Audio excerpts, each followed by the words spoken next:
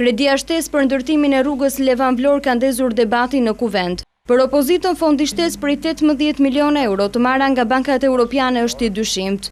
Por Ministri i Transporteve Sokolov Dashi ka thënë se gjithçka është e verifikuar nga KLSH dhe nga vetë Bergj që financon projektin. Bëhet fjalë për një nënkalim në Novosel që nuk ka qenë i parashikuar në projektin e 2004-s. Bëhet fjalë për devijimin e një rrugë aksesi në Qarr. Bëhet fjalë për spostimin e linjave të gazit dhe të naftës, që nuk kanë qenë të pasqyruar në projektin fillestar, por që u hasën gjatë rrugës. Unë i thash janë artikujt të bazë të ndërtimit që ka mësuar rritje të çmimeve, ndërtak më kryesori është bitumi që prek paketën e asfaltit dhe që zë rreth 30% të kostos së punimeve. Dhe këto kanë çuar në atë shifër që unë thash që është e certifikuar, lehtësisht e verifikueshme, mundeni të ta jetoni në çdo sekond. Dhe e konfirmuar më pas edhe nga kontrolli i shtetit në raport në vet, edhe nga Banka Europiane për Ndërtim dhe Zhvillim. Për mazhorancën me këto ndryshime në marrëveshje po korrigjohet një gabim i bërë në 2004 kur u hartua projekti nga PS.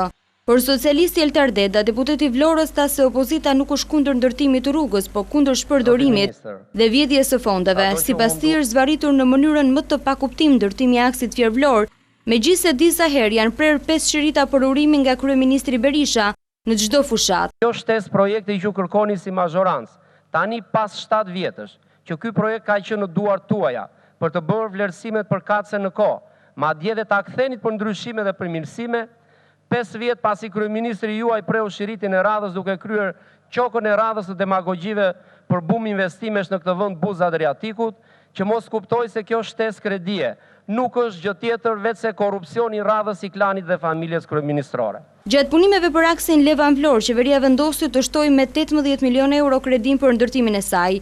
Në marrëveshje thuhet se është gabuar me 4.9 milion euro në llogaritje, duhen ndërtuar nënkalime të tjera, duhen shtuar stabilizant, por edhe indeksuar çmimet për firmën ndërtuese, ndërkohë që gjithë segmenti është 24 kilometër.